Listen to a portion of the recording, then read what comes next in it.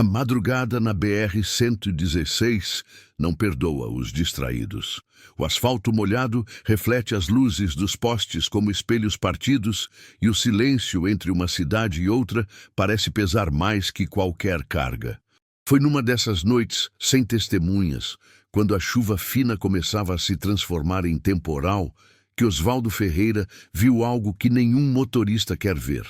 Faróis desgovernados cortando a pista em zigue-zague, velocidade incompatível com o chão escorregadio e o brilho inconfundível de pneus perdendo aderência. Naquele instante, entre o reflexo e a decisão, entre soltar o acelerador ou pisar no freio, a vida de 4 pessoas dependia de um homem que a sociedade raramente enxerga.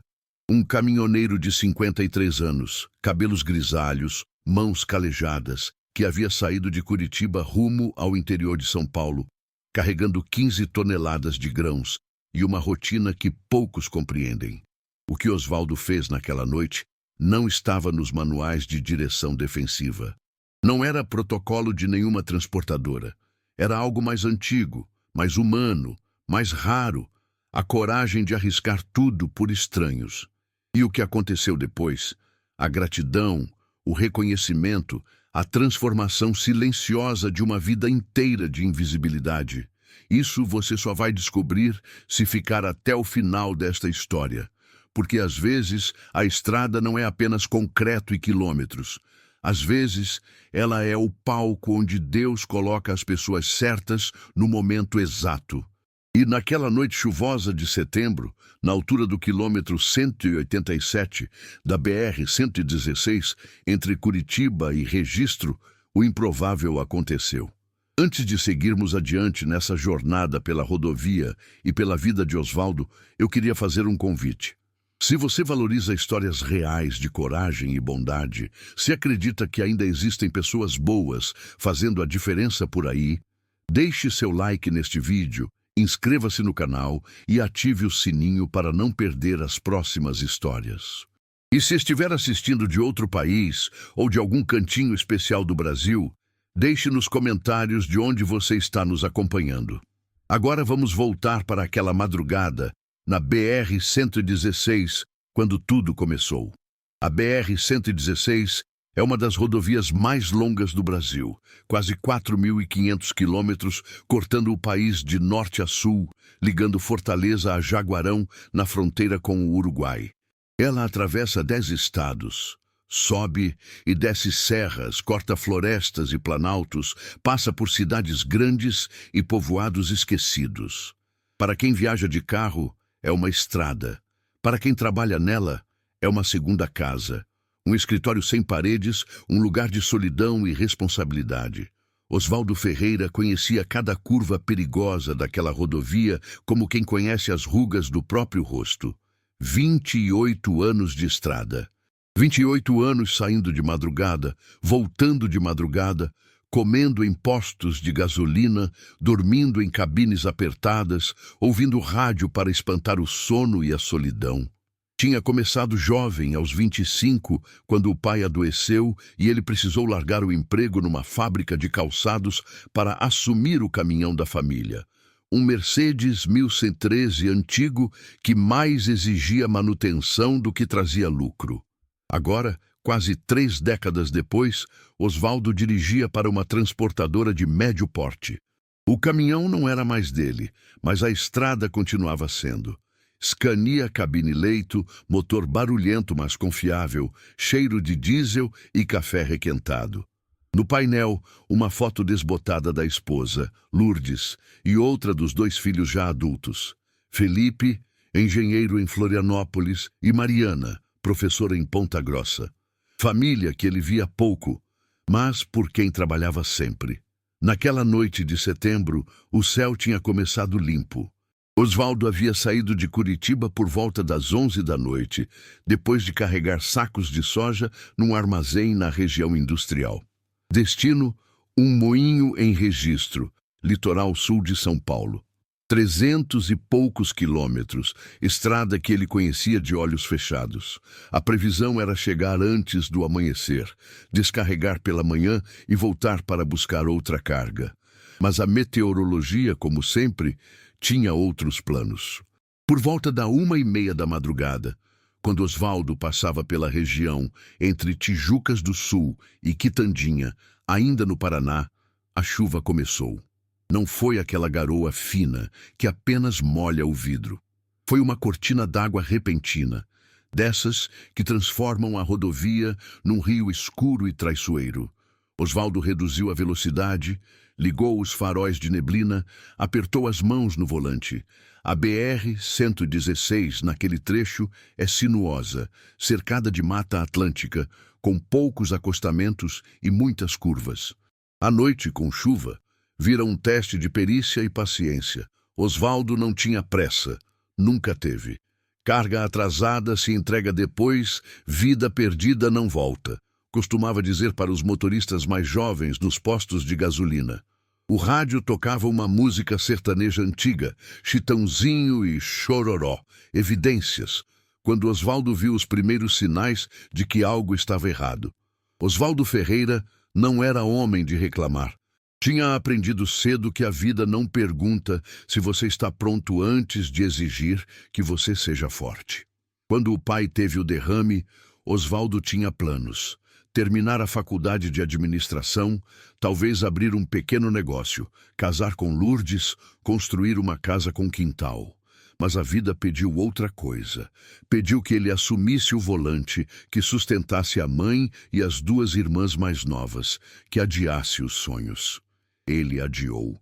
Casou com Lourdes num cartório simples, depois de 3 anos de namoro que acontecia entre uma viagem e outra. Tiveram Felipe e Mariana. Criaram os 2 com dignidade. Nunca faltou comida na mesa, nem material escolar. Mas Osvaldo sabia, e isso doía num lugar quieto do peito, que ele havia faltado. Faltou nas festas de escola, nos aniversários, nas noites de febre, nos domingos de parque. Estava sempre na estrada, sempre cumprindo prazos, sempre carregando o peso literal e figurado de sustentar uma família. Você é um bom homem, Osvaldo, Lourdes dizia, quando ele chegava exausto e pedia desculpas por mais uma ausência. Os meninos sabem disso. Mas Osvaldo não tinha tanta certeza. Felipe ligava pouco, sempre ocupado com projetos de engenharia. Mariana era mais carinhosa, mandava mensagens, mas a distância estava lá, inevitável como a quilometragem no odômetro. A solidão da estrada é difícil de explicar para quem nunca viveu.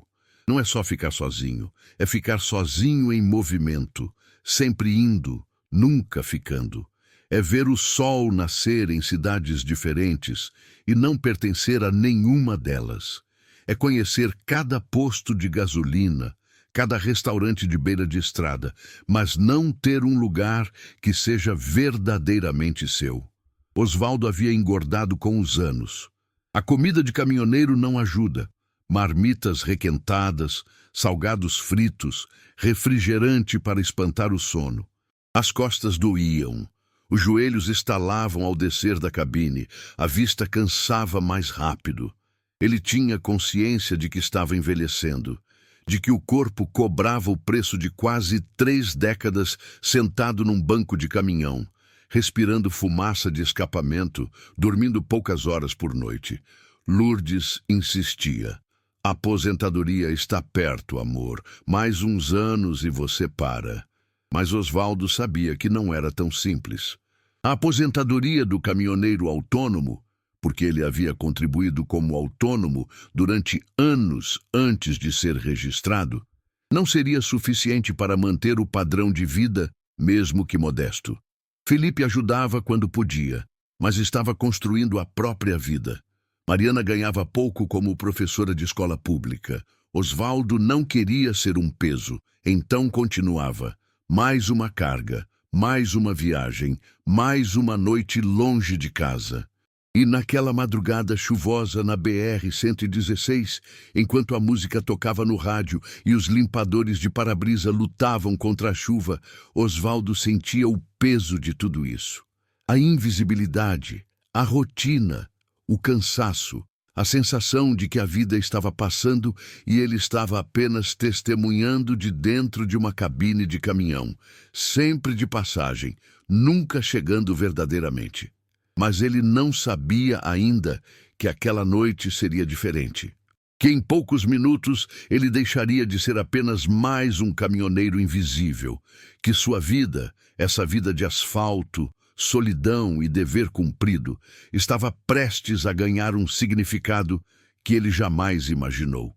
Foi no quilômetro 187, logo depois de uma curva acentuada à esquerda, que Osvaldo viu. Eram 2 faróis na pista contrária, mas o movimento estava errado. O carro, um sedã escuro, parecia ser um Corolla, vinha em velocidade alta demais para aquela chuva.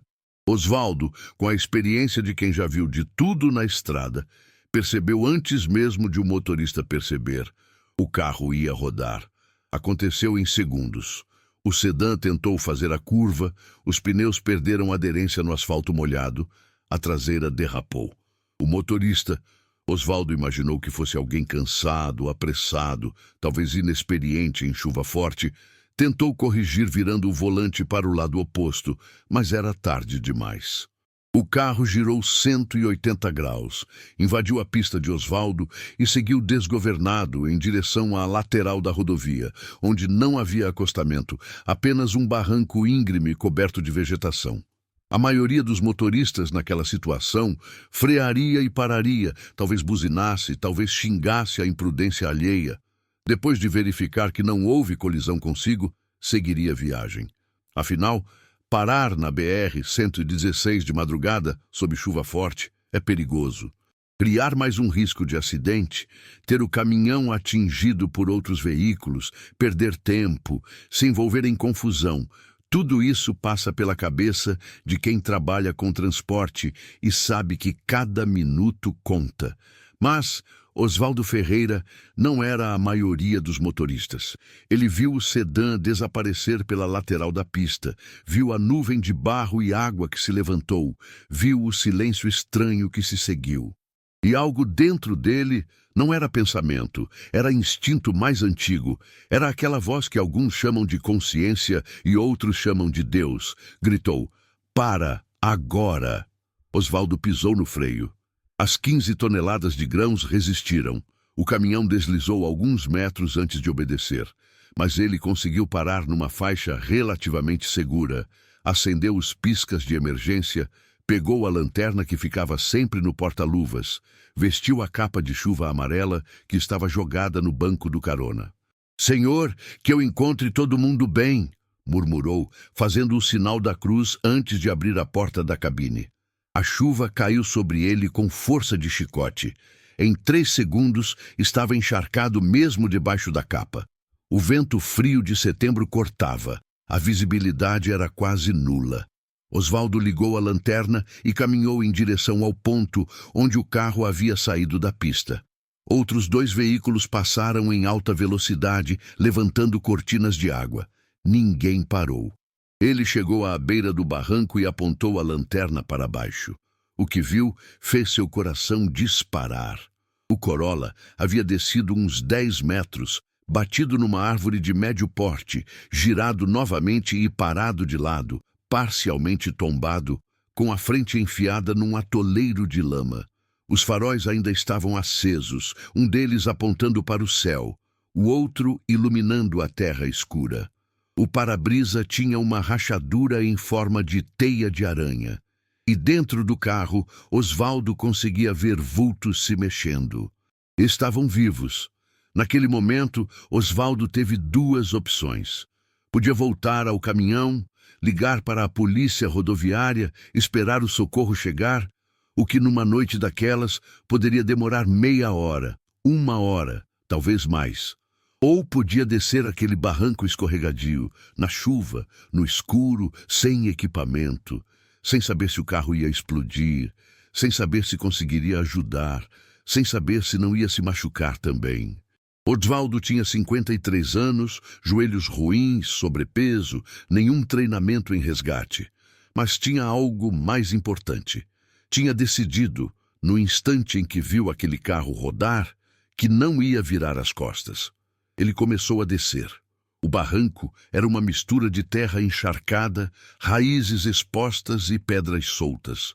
Osvaldo segurou onde pôde, um galho aqui, uma pedra saliente ali, descendo de lado, a lanterna presa entre os dentes, porque precisava das duas mãos. Escorregou 2 vezes, quase perdeu o equilíbrio, sentiu a lama fria entrar pelas botas, mas continuou. Quando chegou ao carro, a chuva tamboreava no metal amassado com um barulho surdo e ritmado. Osvaldo se aproximou da janela do motorista, que estava quebrada, e iluminou o interior. O que ele viu foi uma cena que ficaria gravada para sempre.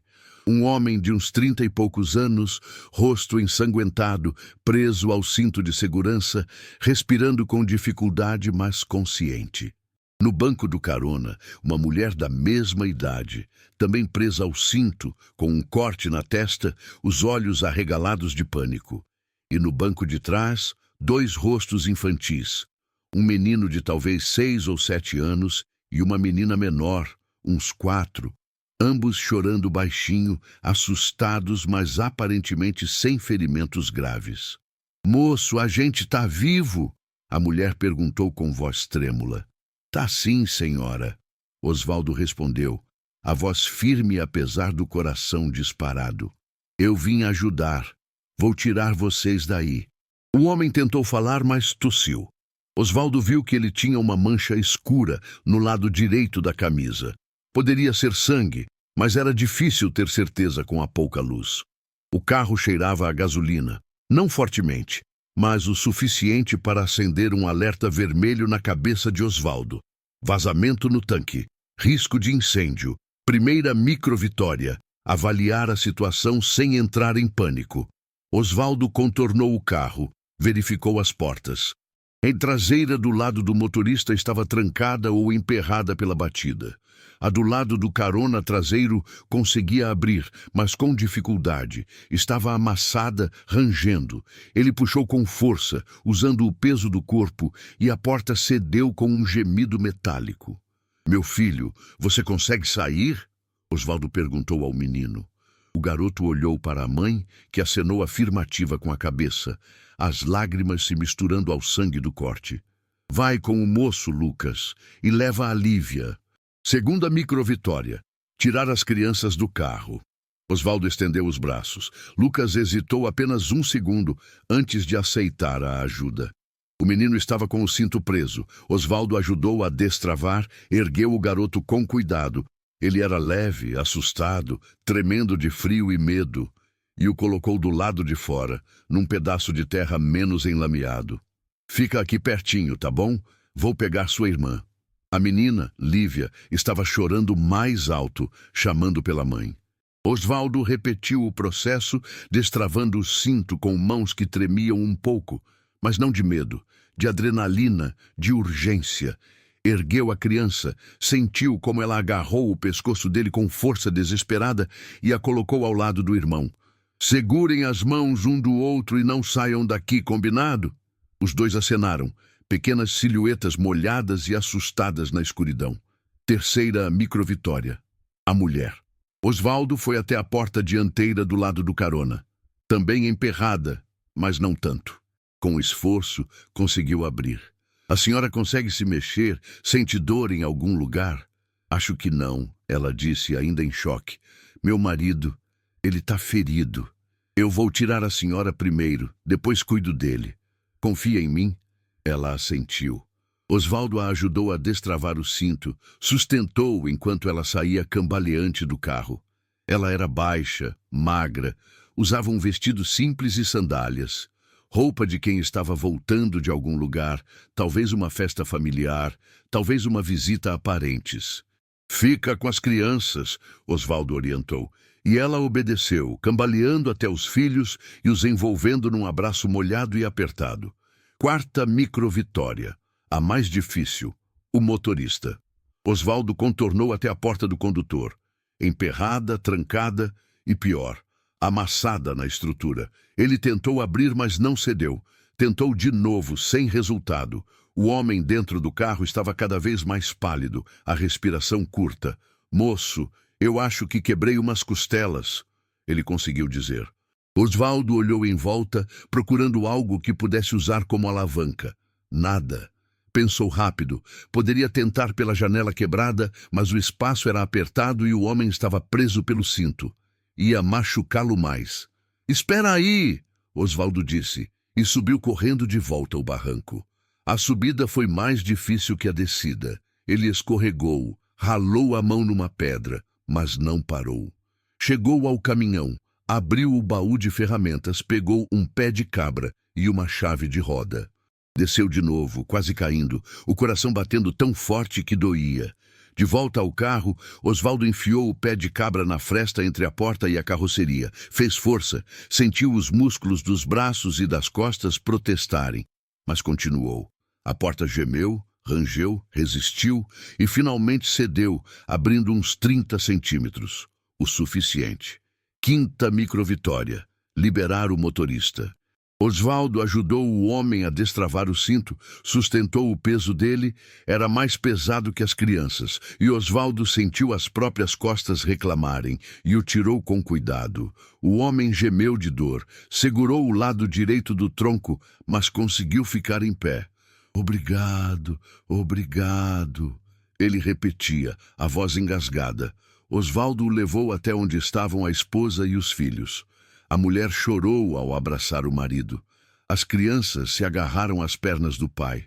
Por um instante, ali naquela encosta lamacenta, sob a chuva que não dava trégua, houve apenas gratidão e alívio. Sexta microvitória. Garantir que estavam em segurança.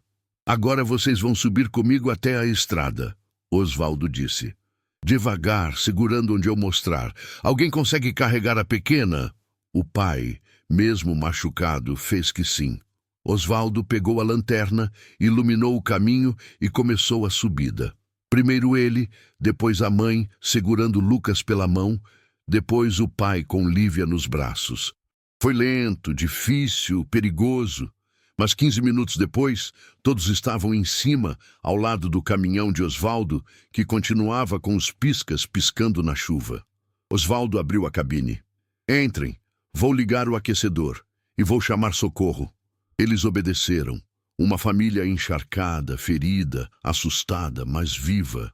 Dentro da cabine do caminhão, Osvaldo ligou o motor para ativar o aquecedor. Pegou uma manta velha que ficava no beliche da cabine-leito e entregou para a mulher cobrir as crianças.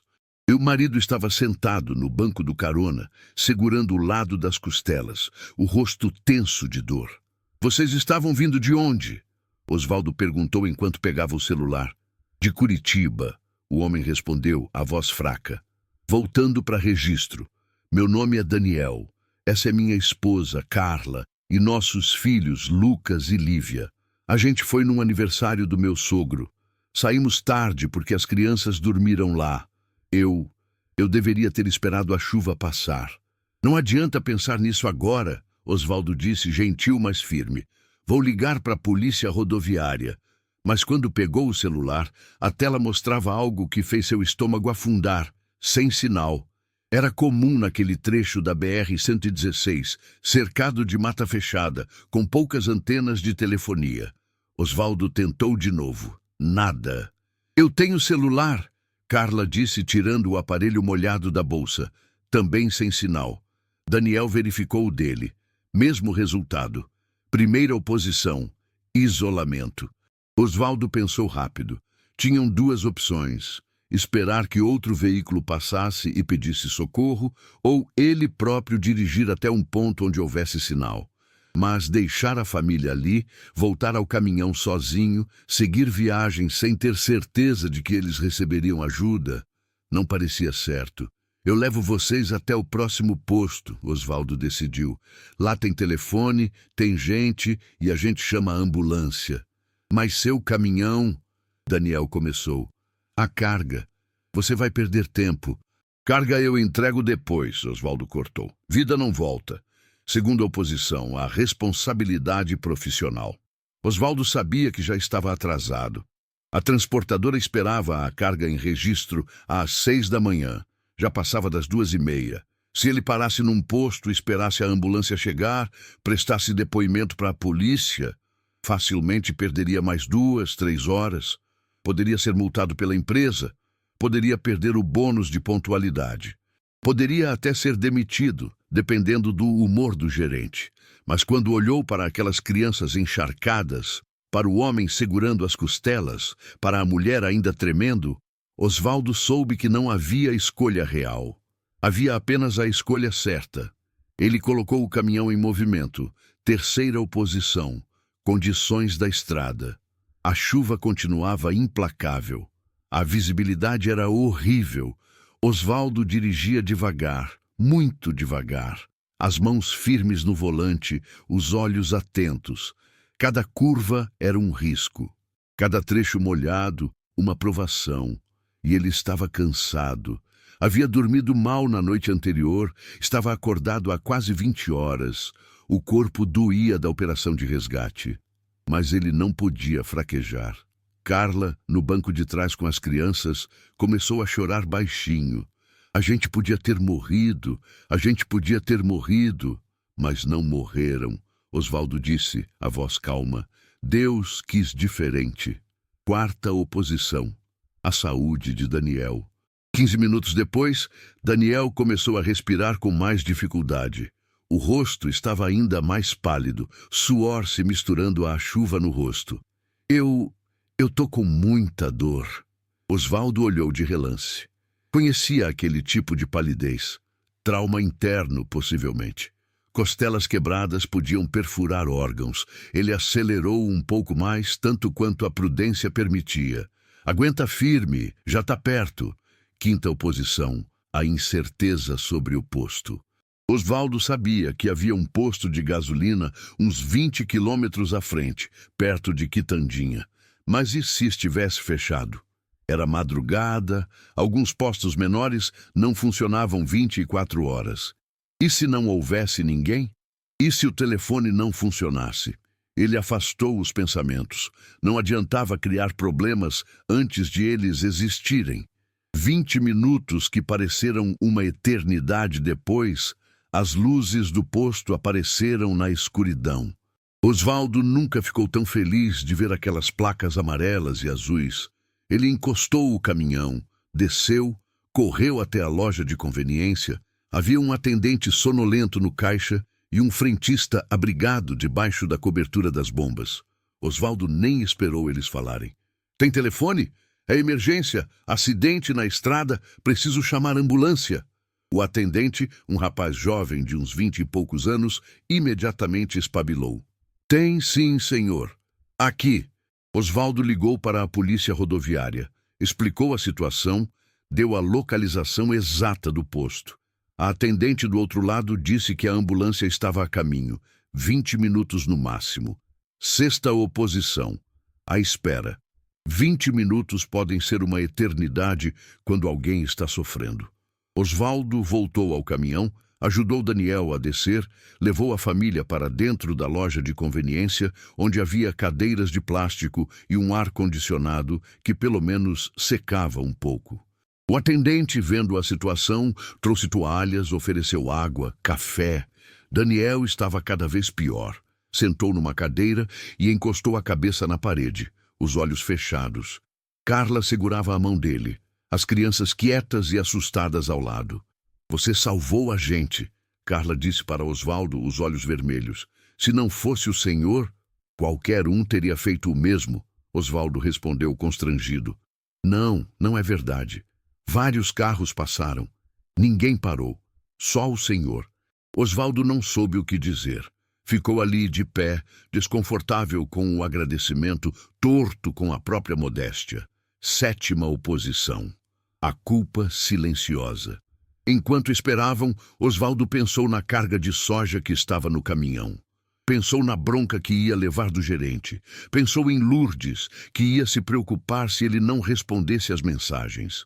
Pensou nos quilômetros que ainda tinha que rodar, no sono que já pesava, na responsabilidade que nunca descansava. Mas quando olhou para aquelas duas crianças vivas, para aquela família que quase morreu, a culpa se dissolveu. Ele tinha feito a coisa certa. E isso, descobriu, era uma sensação melhor do que qualquer bônus de pontualidade. A ambulância chegou exatamente 23 minutos depois da ligação.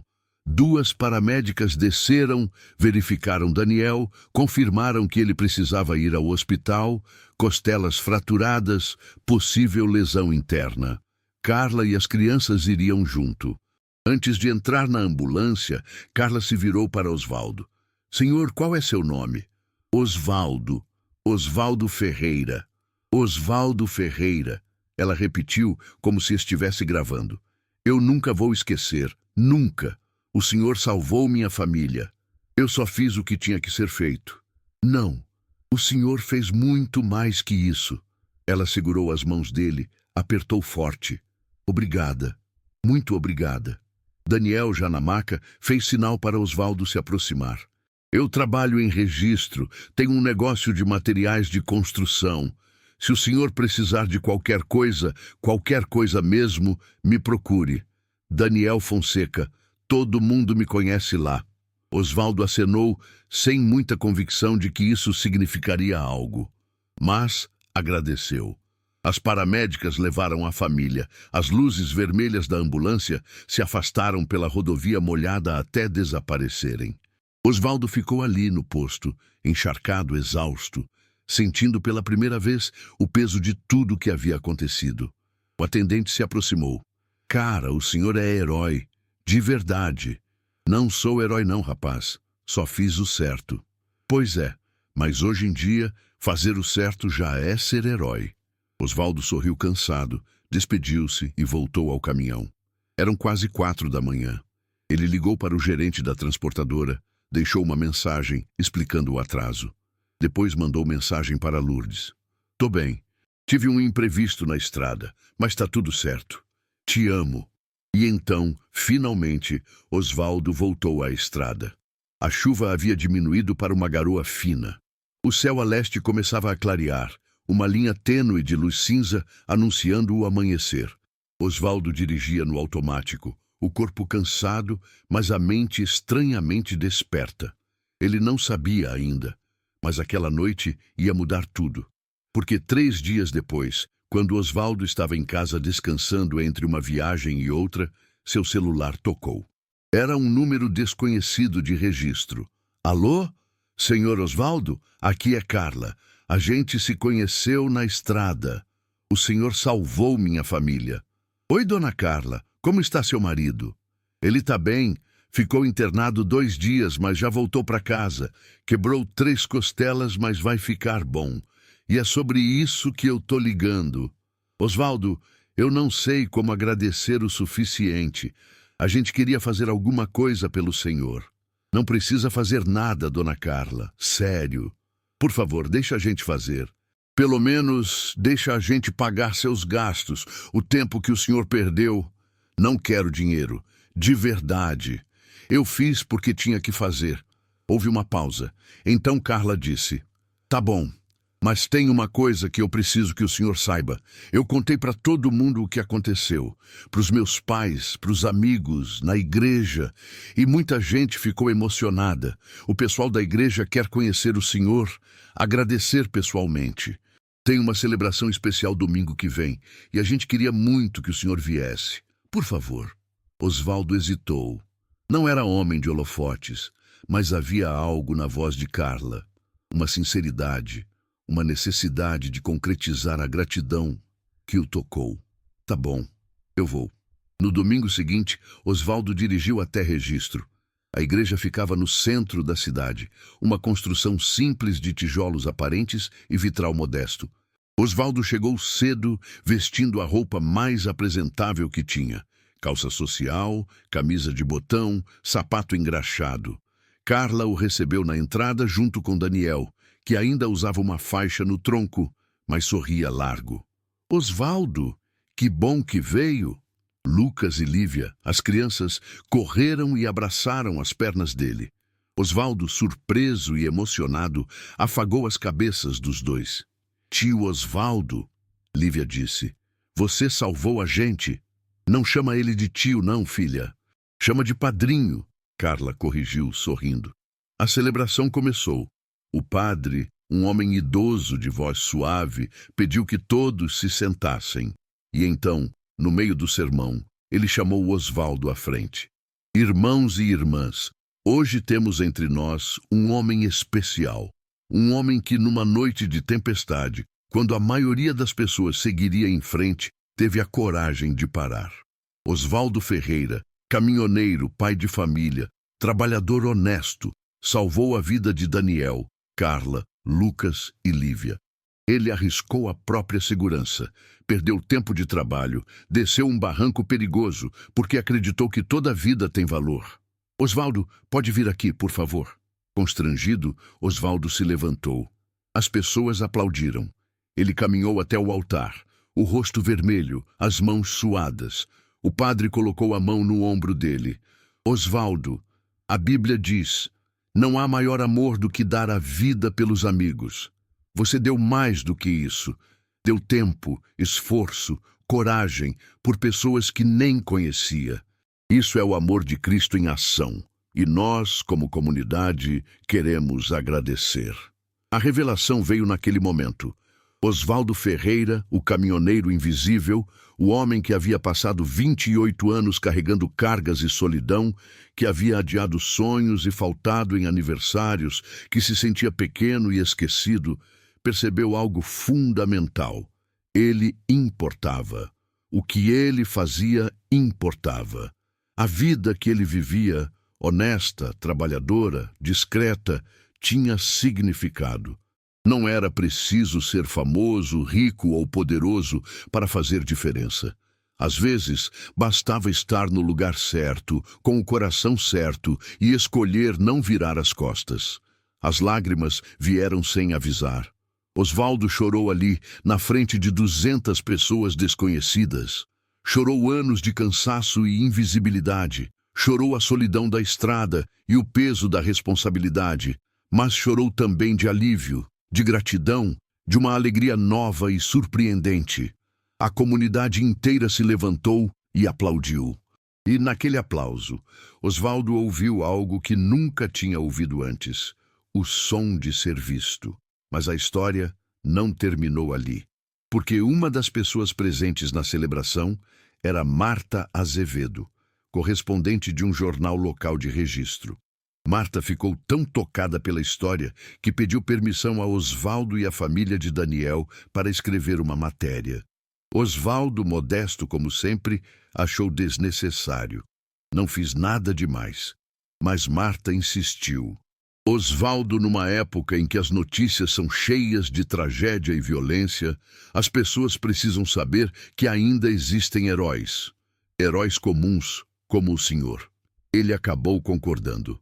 A matéria foi publicada na edição de quinta-feira do Jornal de Registro. O título era Caminhoneiro arrisca a vida para salvar família em acidente na BR-116. Havia uma foto de Osvaldo ao lado de Daniel, Carla e as crianças, todos sorrindo. O que ninguém esperava era a repercussão. Primeiro, o Jornal de Registro compartilhou a matéria nas redes sociais. Depois, um blogueiro local de Curitiba a compartilhou também. Em 48 horas, a história havia viralizado. Canais de notícias regionais pediram entrevistas. Uma emissora de TV de São Paulo mandou uma equipe até a casa de Osvaldo.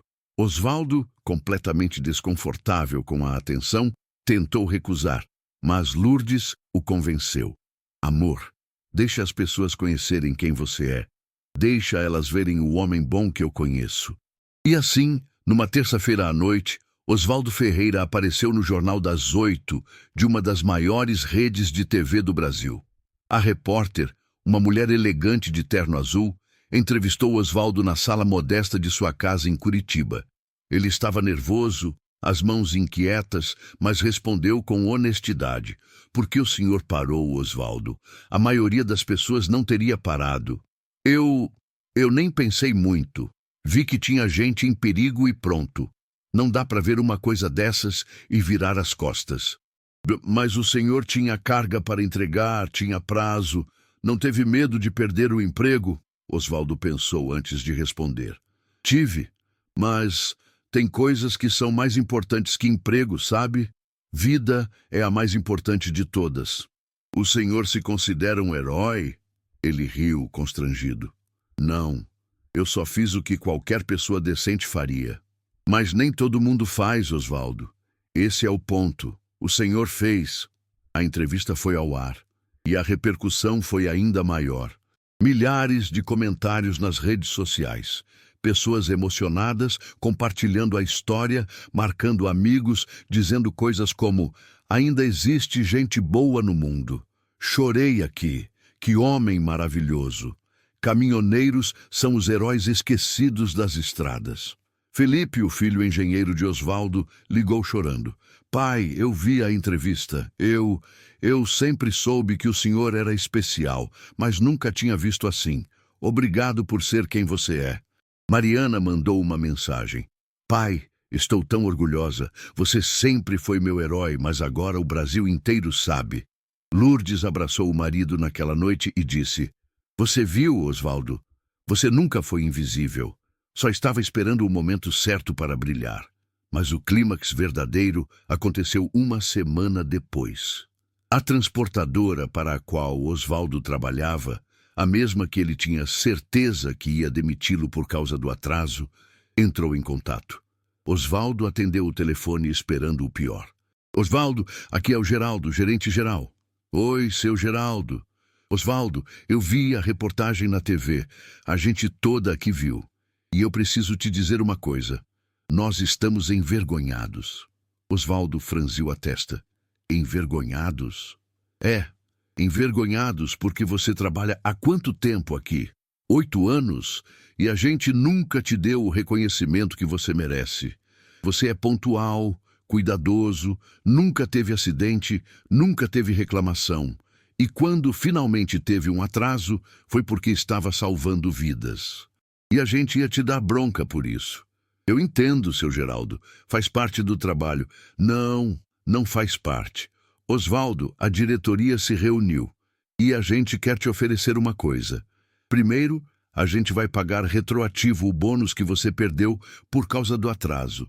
Segundo, a gente vai te dar uma bonificação especial. E terceiro, a gente quer te promover. Coordenador de logística, trabalho mais leve, menos viagens, salário melhor. Você vai treinar os motoristas novos, vai supervisionar rotas. O que você acha? Osvaldo ficou em silêncio. Não conseguia acreditar. Osvaldo, tá aí? Tô, seu Geraldo. Eu aceito. Claro que aceito. Muito obrigado. A gente que agradece, Osvaldo, por ser quem você é. Quando desligou o telefone, Osvaldo sentou no sofá e chorou de novo. Mas dessa vez eram lágrimas puras de alegria. A promessa do gancho, que aquela noite na BR-116 transformaria uma vida, havia se cumprido. O caminhoneiro invisível tinha sido visto. O homem que havia passado décadas carregando peso literal e figurado tinha finalmente recebido o reconhecimento que sempre mereceu. E tudo porque, numa noite de tempestade, ele escolheu não virar as costas. 6 meses depois daquela noite na BR-116, Osvaldo Ferreira estava numa posição que nunca imaginou para si mesmo. Como coordenador de logística, trabalhava num escritório pequeno, mas organizado, com ar-condicionado, café fresco e uma cadeira confortável. Supervisionava 12 motoristas, planejava rotas, otimizava entregas, ganhava quase o dobro do que ganhava como motorista. Mas o melhor não era o salário. Era poder dormir em casa todas as noites, era ter fins de semana livres, era estar presente. Felipe veio visitá-lo num sábado. Trouxe a namorada, uma moça simpática que trabalhava com arquitetura. Os dois almoçaram com Osvaldo e Lourdes. Riram, conversaram, planejaram o futuro. Antes de ir embora, Felipe abraçou o pai forte. Eu sinto muito, pai, por não ter estado mais presente.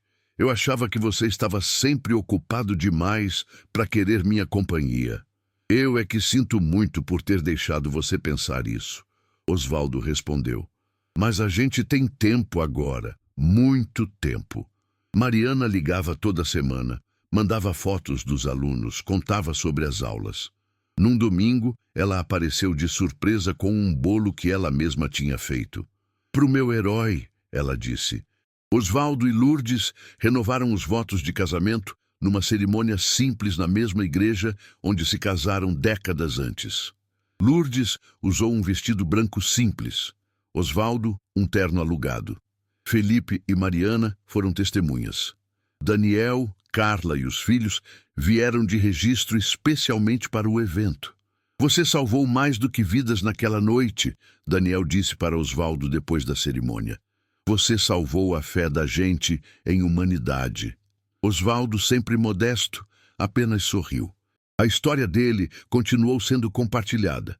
Escolas a usavam como exemplo em aulas de ética, igrejas a contavam como testemunho de fé em ação, grupos de caminhoneiros a compartilhavam como inspiração. E Osvaldo?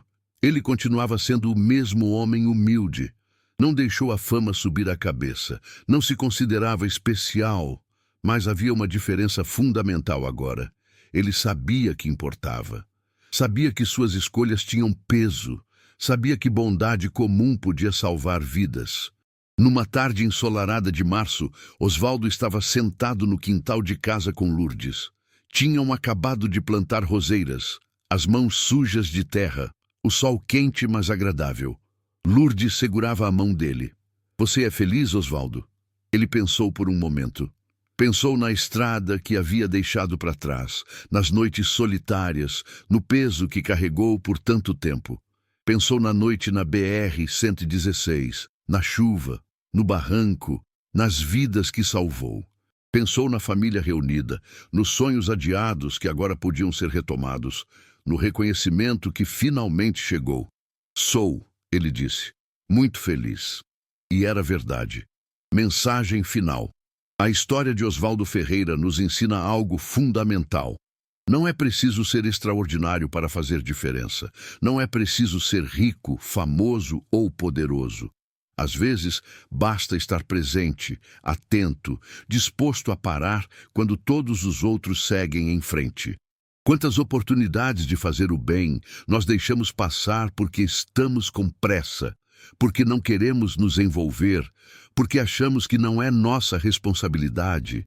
Quantas vidas poderíamos tocar se apenas escolhêssemos ver as pessoas ao nosso redor? Osvaldo passou 28 anos se sentindo invisível, mas ele nunca foi. Cada entrega que fez com responsabilidade, cada vez que dirigiu com cuidado, cada vez que tratou as pessoas com respeito, tudo isso importou.